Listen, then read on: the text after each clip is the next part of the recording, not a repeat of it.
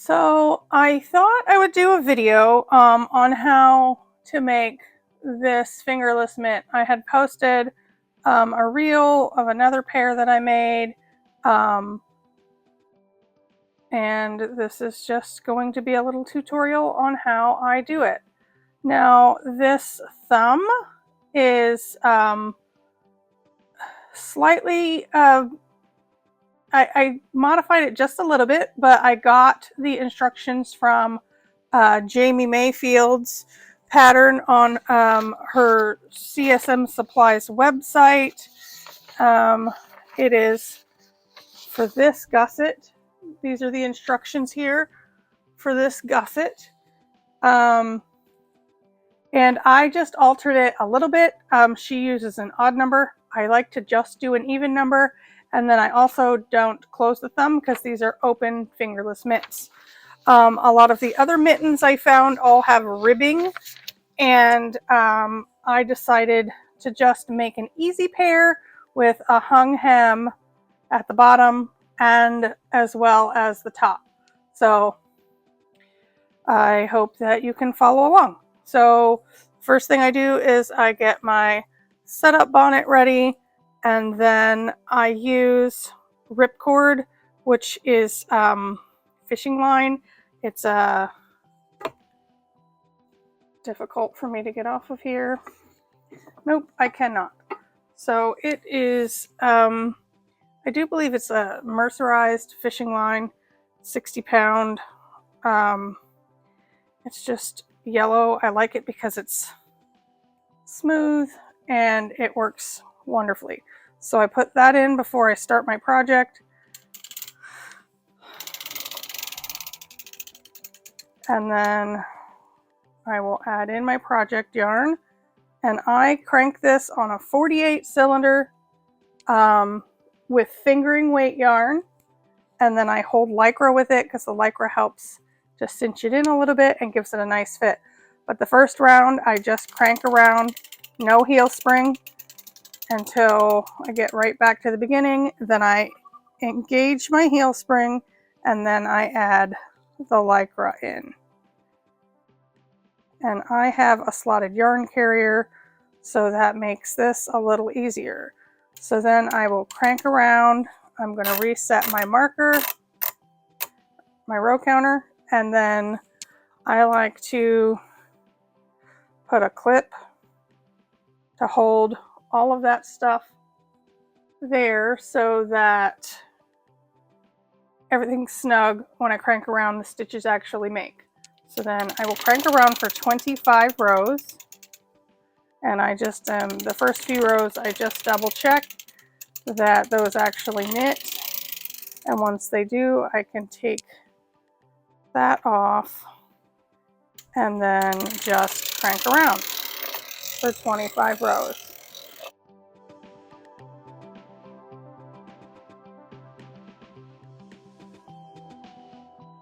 The 25th row I stop usually around the bottom of my cylinder. I call this the top, this is the bottom, because I'm going to start hanging my hem on this side here.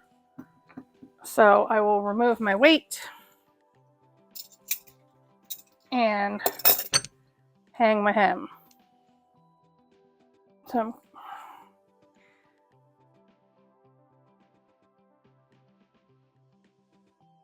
and then I will just take all of these loops all the way around. Let's see if I can. And I'm just careful not to lift this up too high because it could then bring the stitches off of the hooks.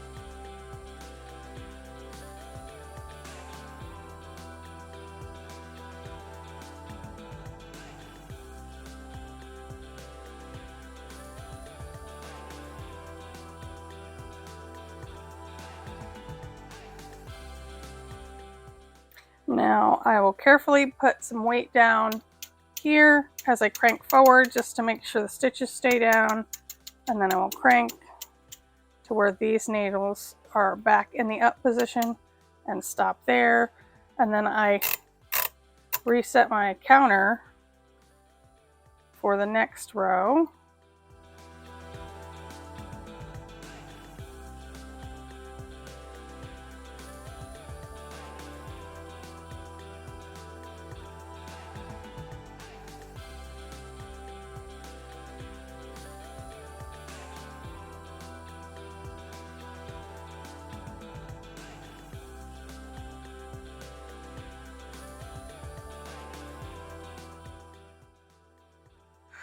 Now when I get to here, I follow this strand here because sometimes it's tricky to see who to hang, and I just follow this strand, and I can see that that is this one. If I pull on this one, it pulls on that strand next to it, so then that's the one that gets hung there.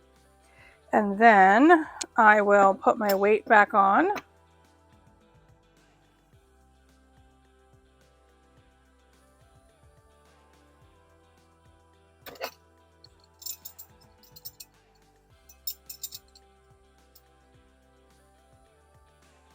And then I am going to crank around to this side, and then what I like to do is I will then take the tail and I will wrap it around the hook before the last one, and then hold it and crank it with that row. And then now I'm going to continue to crank around for 35 rows. And the 35 rows gives me enough depth on this mitten here so that this hung hem fits nicely over your arm. If you don't do enough, the hung hem ends up sometimes being a little too loose on the wrist. So if you want to have a shorter mitten here, you'd want to do ribbing. But because I want to do the hung hem, I make it a little longer so it comes further down my arm. So 35 rows.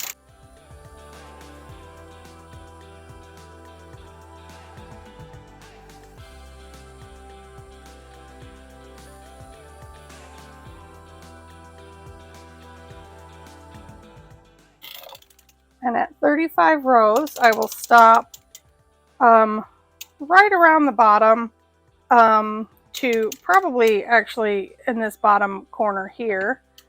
I know it's a circle, it's not actually a corner. And then I like to add my thumb yarn in now. So I will cut, leaving just a little bit of a tail so I can do a faux Russian join. And I will secure that in that stitch there, and then I will add in my thumb color. I will run my thumb color through the mast. Oops, sorry for bumping the camera.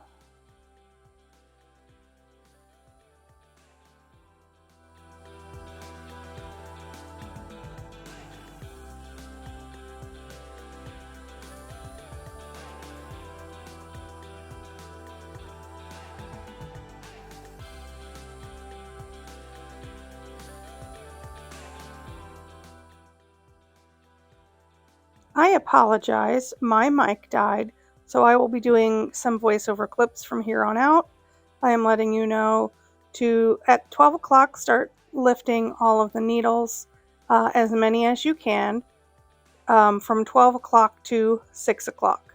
I then will lift 2 needles on the right hand side of 12 o'clock. So I'm zooming in and showing you here. That is my 12 o'clock mark, and then I lifted 2 needles on that side, and I will do the same thing on the bottom. I will lift 2 extra needles at 6 o'clock. That will leave you with 20 needles still working.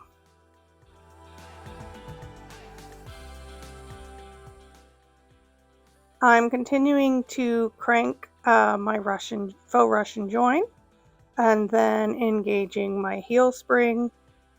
I will crank past until I have passed the last needle. I'm continuing to raise the needles on the bottom. That will leave you with 10 needles in work past your beginning of the round marker and 10 needles in work before your beginning of the round marker.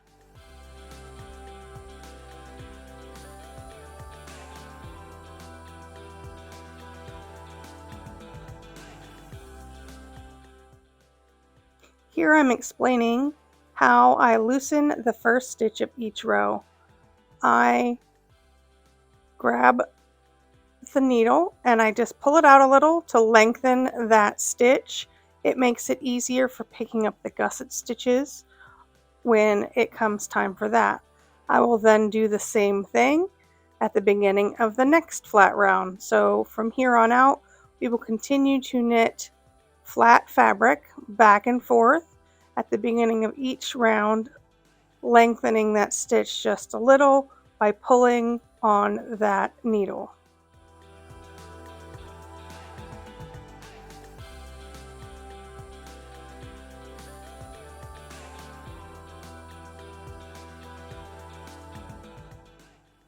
Sometimes at the beginning of the flat row, I will kind of put a little bit of pressure, downward force on those stitches at the beginning and the end of those sections, just to ensure that the stitches are not rising up on the needles.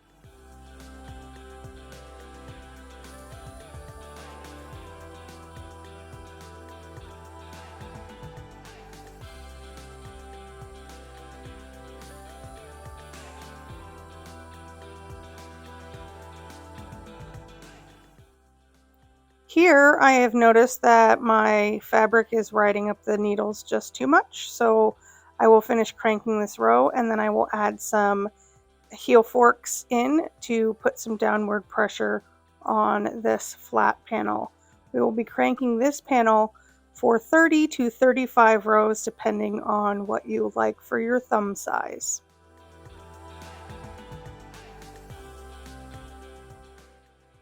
I'm going to continue to crank back and forth for 35 rows until I finish the length of my thumb, adjusting the weights as needed, keeping an eye on my needles to make sure that the stitches aren't rising too much, adding a center weight if needed.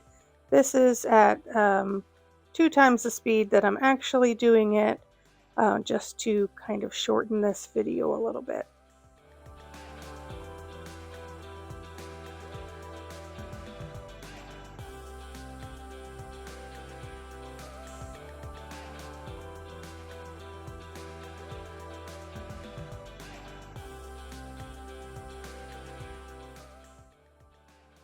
Here I am fixing a stitch that did not knit properly because the stitches had risen up in the center and I didn't take notice.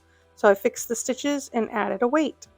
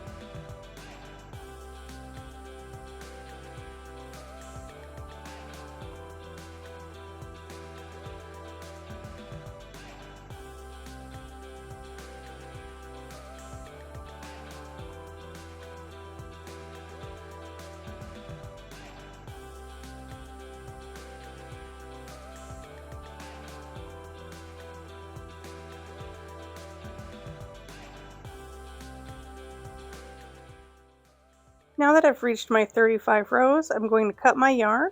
I usually cut it at the base of where my yarn sits on my table. I move that. I will then cut my lycra and remove that. And then I will tuck everything into the center and add some waste yarn.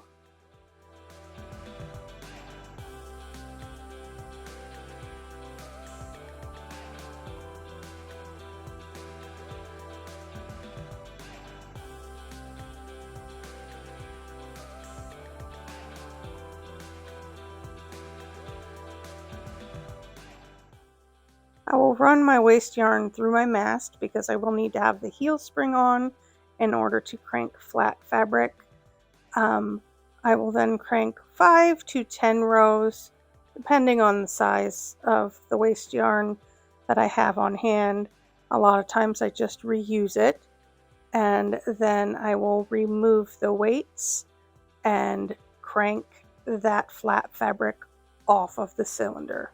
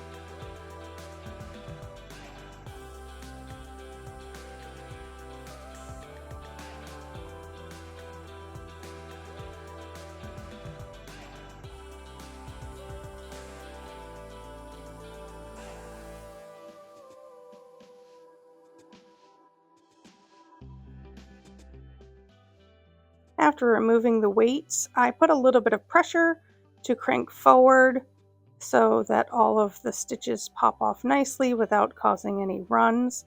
I tuck that down into the cylinder, crank the handle so that all of the needles that are in work are up and past the V-cam. I remove the bottom weights and it is time to hang the gusset. Here we are going to hang the gusset, and if you follow the last stitch on the out of work needles, you can pull at the string and see if it pulls on that last stitch. That's the correct one. That is where you start, and then you will hang every other stitch on the gusset till you get to your half mark.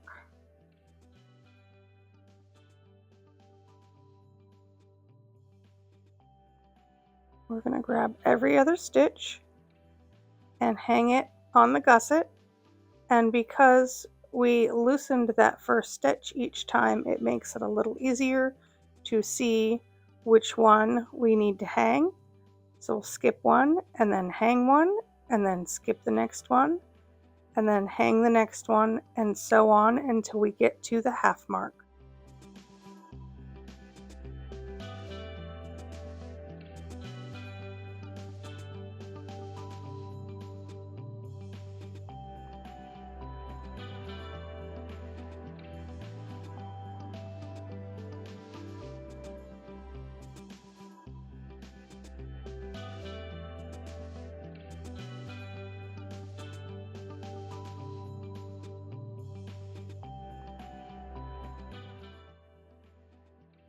Once we've hung the one at the half mark, I hang one extra on the stitch before the beginning of the round, and then it's time to hang the other side of the gusset. So I will go back to the other side and repeat the same steps that we did before, following the string that's connected to the last stitch that was out of work, and then hanging that onto the first one. When we are finished, there will be little yarn tails on either end, or on one end, to secure any gap that there may end up being, and then I weave my ends in a certain fashion to secure the other gap. So we'll continue to hang every other stitch until we get to the beginning of the round, and then we will hang an additional one on the other side.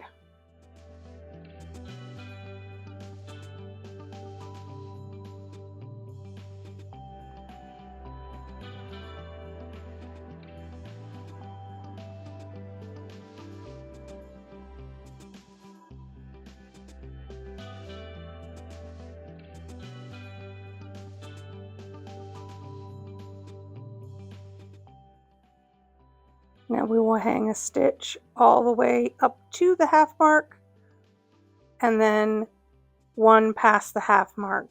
That means I have 2 stitches that have double stitches on them. I do this just because I feel like it makes the thumb a little more secure before going into the round.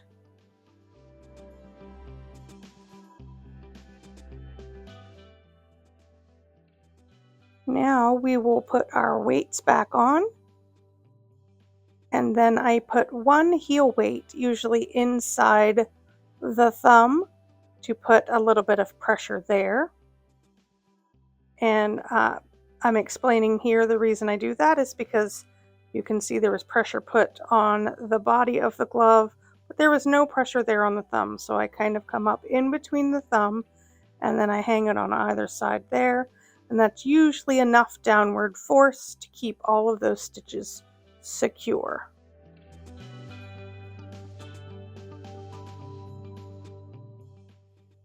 Now it's time to add back in our working yarn. I will thread my mast and my yarn carrier with the yarn as well as the lycra. I like to leave a tail to secure any gaps that will be on the end there, and we will be joining it to knit right across the thumb. And I'm explaining how I weave my ends in after I mattress stitch the thumb together. I use the tail and I weave in that direction to secure that one, and I use this tail to secure the hole that will be on this side. So I am putting in my lycra, and then we will secure the yarn on the inside and crank forward and make sure we engage our heel spring after that first stitch. Reset our yarn counter and put all of our needles back into work.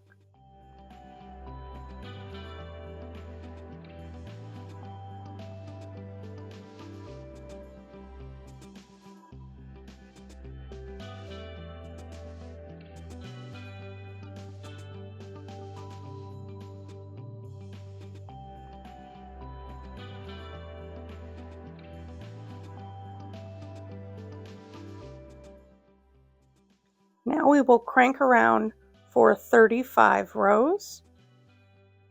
I do 35 rows before the thumb, 35 rows on the thumb, 35 rows after the thumb.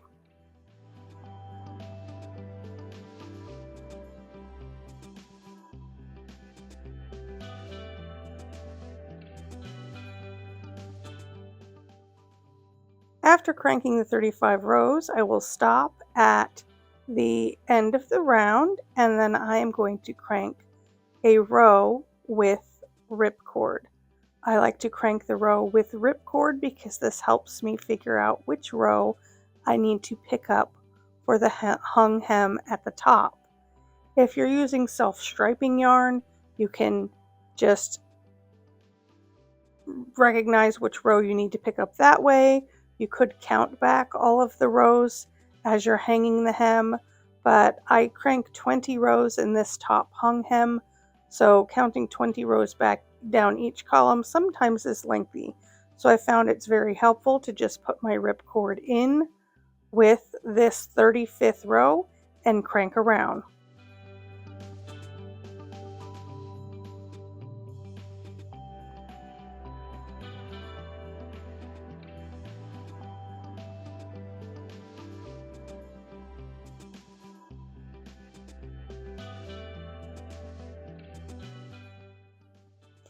After cranking that row with the ripcord, I will continue to crank around until my marker, my row counter reads 55 rows. Stopping in the bottom part of my cylinder, usually between 3 and 6 o'clock, I will remove my weights and then I will hang the hem.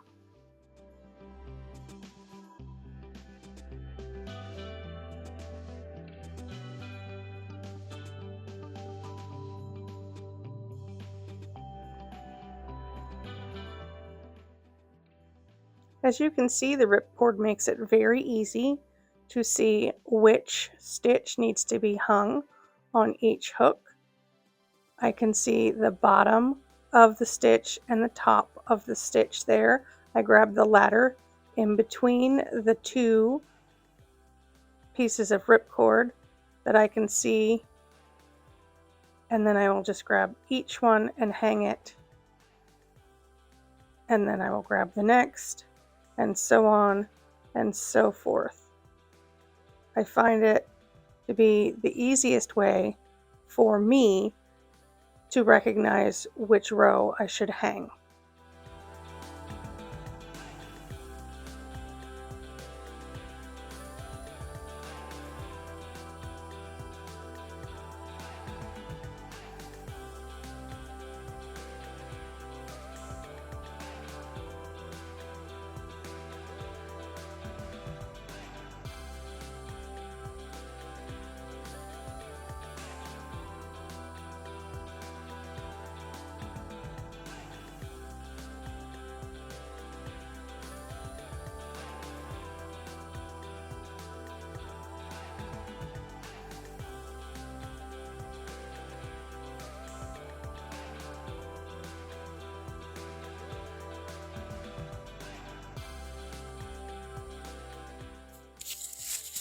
And now I will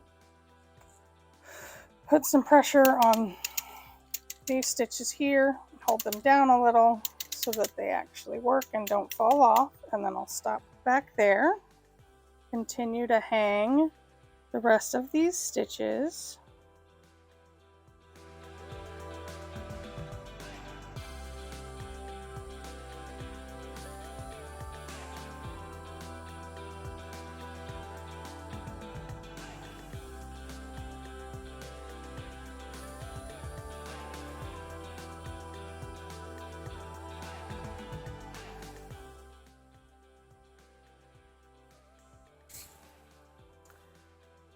Then once I have all of those stitches hung, I will put my weight back on and then I will carefully crank around and I will stop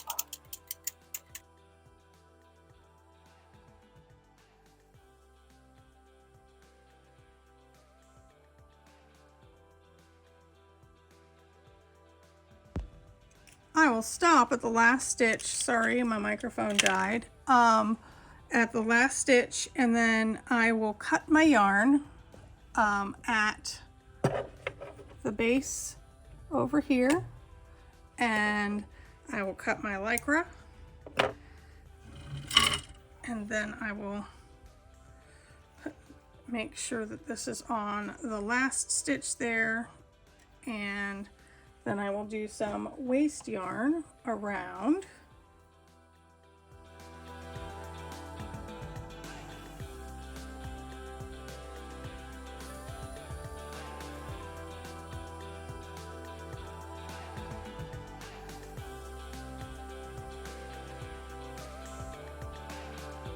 And then I will take my weight off because I don't like it to hit the floor, and my buckle, and then I put a little bit of pressure on that, crank around to remove it.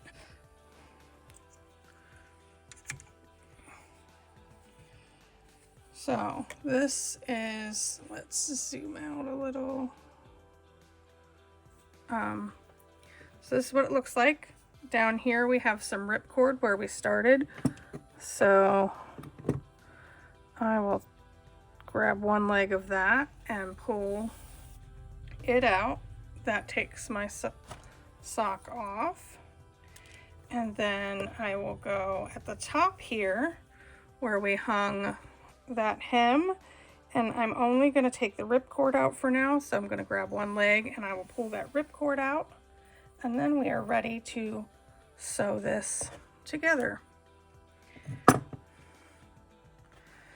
So here's the bottom, this is the top, and this is our thumb, and we will back stitch bind off this and then mattress stitch down the center here. So I will show you how I do that. I usually start with my thumb just because, but you can start with either. So this is a little tricky because I usually do it in my lap and I'm trying to do it on the camera. But what I do is my yarn is coming from this stitch.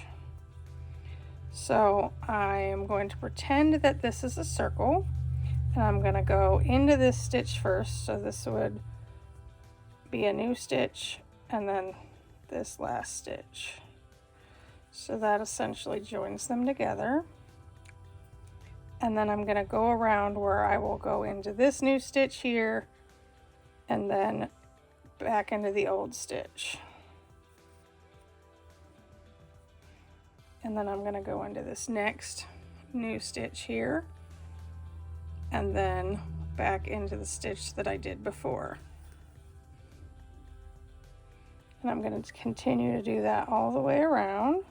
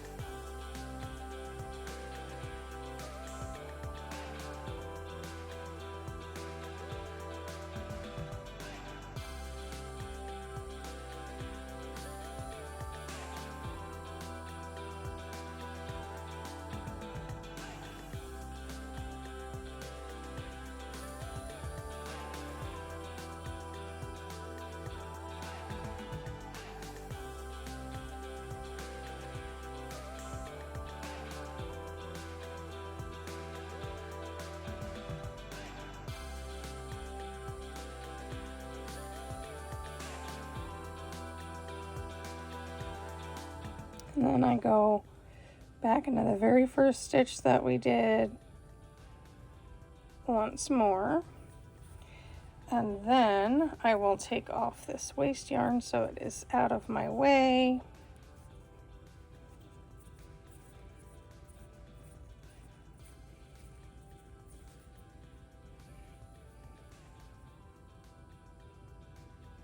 And you can see there, I kind of split it. So then I will just cut my yellow yarn, pull from this way,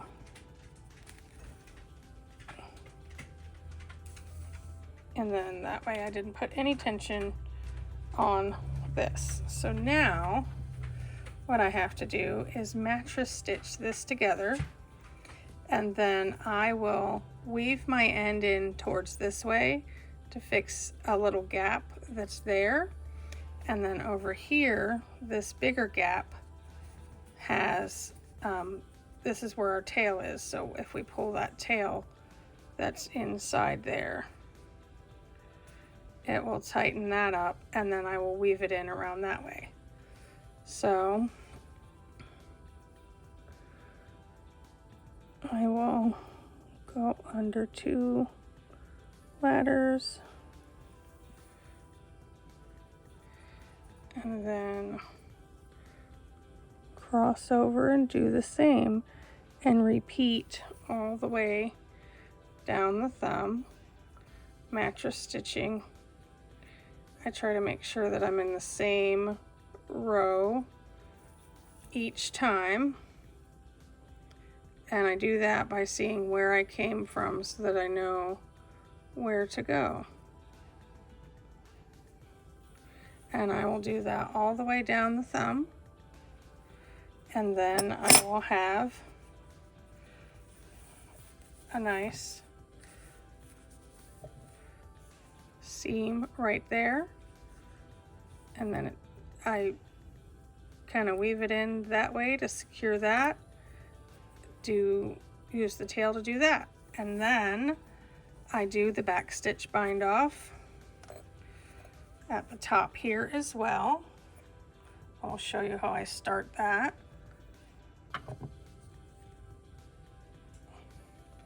So here at the top,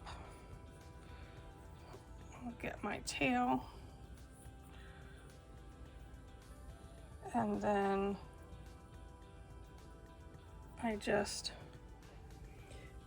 this is my stitch here, so I'll go into this one that I just made.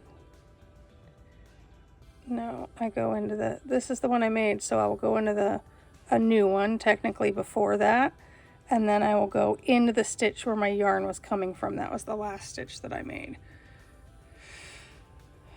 And then I will go into a new one again. You can see all of these loops along here. That's where I'm going in. So I'll go into a new one and then back into the one I went into before.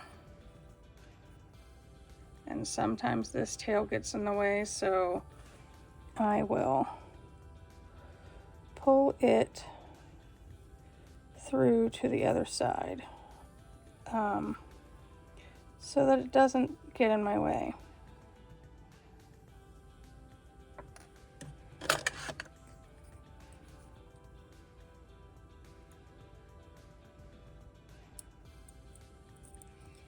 As much. All right, so I just was in that one, so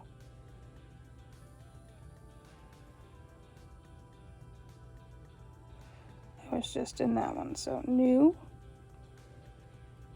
old,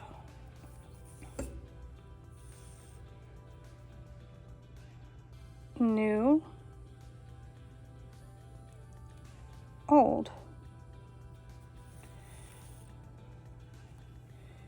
new, old. And I just do that all the way around. And then it looks not like that, that's the bottom. And then it looks like this here. So you see there's just a little bit of a ridge, but it's fine.